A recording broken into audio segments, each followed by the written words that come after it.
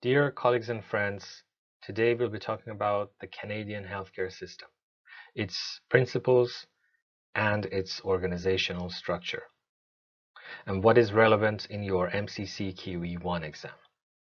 Hello, my name is Dr. Iman Fani, and I'm a radiologist. There is a body of legislation in Canada called the Canada Health Act, and it has 5 principles, which more or less summarizes what the healthcare system is about in this country. The first principle is public administration. Provincial health insurance programs must be administered by public authorities, not the private sector. The second principle is about comprehensiveness. So the healthcare coverage should be comprehensive. It means that provincial health insurance programs must cover all necessary diagnostic, physician, and hospital services. The third is about universality. It means that all eligible residents must be entitled to healthcare system, and there should be no exclusion. Fourth is portability. Emergency health services must be available to Canadians who are outside their home province, paid for by the home province. So it's a trick in the exam. You should be aware that who pays for the health services. If the recipient is not in their home province, the home province pays. Fifth principle is accessibility. It means that user fees, charges, or other obstructions to insured healthcare services are not permitted. Based on those 5 principles, here are some facts to remember. 10% of GDP, Canada's GDP, goes to healthcare, which is a conscious decision to be fiscally conservative. It's not much compared, for example, to United States, which has a percentage of around 18%. But there is no out-of-pocket spending in this country. It means that doctor visits, lab and radiology, immunization, and emergent surgeries are all covered. However, prescription drugs, dental services, mental health, and optometry are not covered, unless necessary. Necessary in this case means life-threatening situations. So this part, meaning prescription drugs, dental, mental, optometry, is covered privately. And overall, the government pays for 70% and the private sector pays for the rest. But the good part is that you cannot buy publicly covered services, which is a equal treatment principle, meaning that there is no poor treatment, rich treatment kind of double standard in this country. However, there are some long waiting lists in the elective procedures, not in the emergent procedures, of course. There is also a division of government responsibilities in the healthcare system. We have a federal government and a provincial government. And federal government is about healthcare services for Indigenous people, federal government employees, immigrants, and civil aviation personnel, marine hospitals and quarantine, investigations into the public health, regulation of food and drugs, inspection of medical devices, administration of healthcare insurance, general information services related to health conditions and practices, and it also has a role in health derived from government's constitutional powers over criminal law, which is the basis for legislation such as Food and Drug Act and Controlled Substances Act, spending, bioterrorism, and peace, order, and good government. All these topics are the responsibilities of federal government. The provincial government, on the other hand, is responsible for establishment, maintenance, and management of hospitals, asylums, charities, and charitable institutions. Licensing of physicians is a provincial thing, which we'll be talking about later.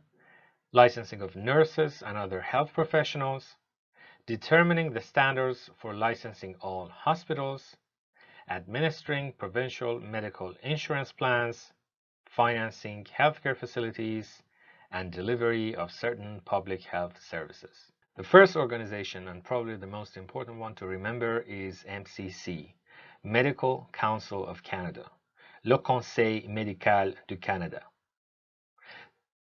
This body certifies physicians with LMCC, licentiate MCC, acquired by passing the MCC qualifying examination, parts 1 and 2.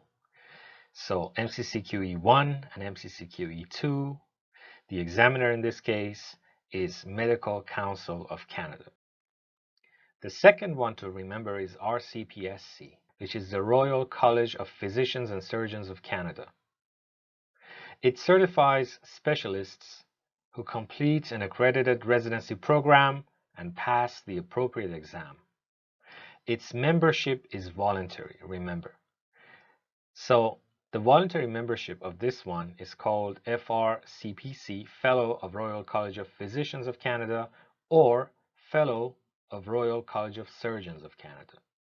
But the membership is voluntary because it's Canada-wide. Next one is the College of Family Physicians of Canada, CFPC. It certifies family physicians who complete an accredited residency program and pass the certification examination in family medicine. But the licensing body is not Canada-wide, it's provincial. There are 13 provincial medical regulatory licensing authorities.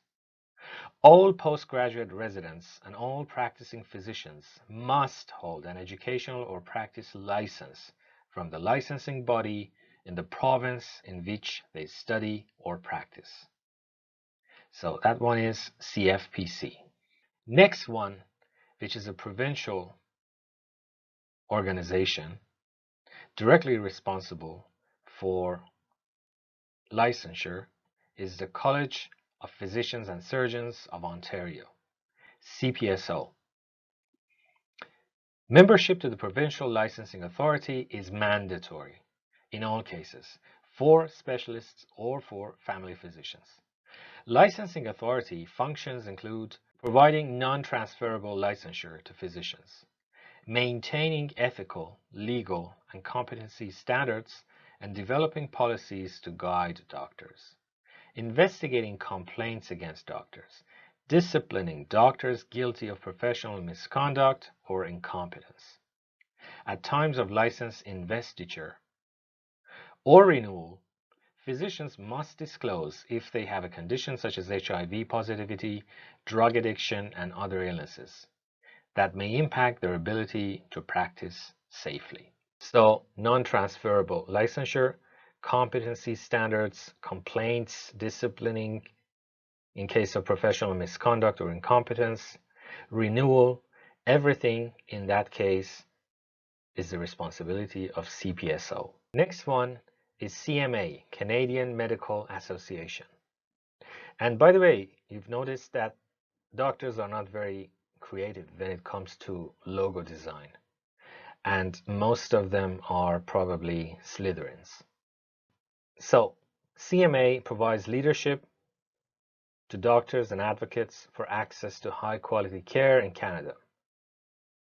So it's a prestige organization, and there is a CMA Code of Ethics, which we'll be talking about later. It represents physician and population concerns at the national level, and membership is voluntary. Next one is Ontario Medical Association and other provincial medical associations. So Ontario Medical Association or provincial associations negotiate fee and benefit schedules with provincial governments, represents the economic and professional interests of doctors. Membership is voluntary but highly recommended. Next one is CMPA, the Canadian Medical Protective Association. So this is a physician-run organization that protects the integrity of member physicians, provides legal defense against allegations of malpractice and negligence. So if somebody needs legal advice, they usually go to CMPA, the Canadian Medical Protective Association. And it provides risk management and educational programs. Membership is again voluntary. And the last but not least for the future specialists is RDoC, Resident Doctors of Canada. It upholds economic and professional interests of residents across Canada.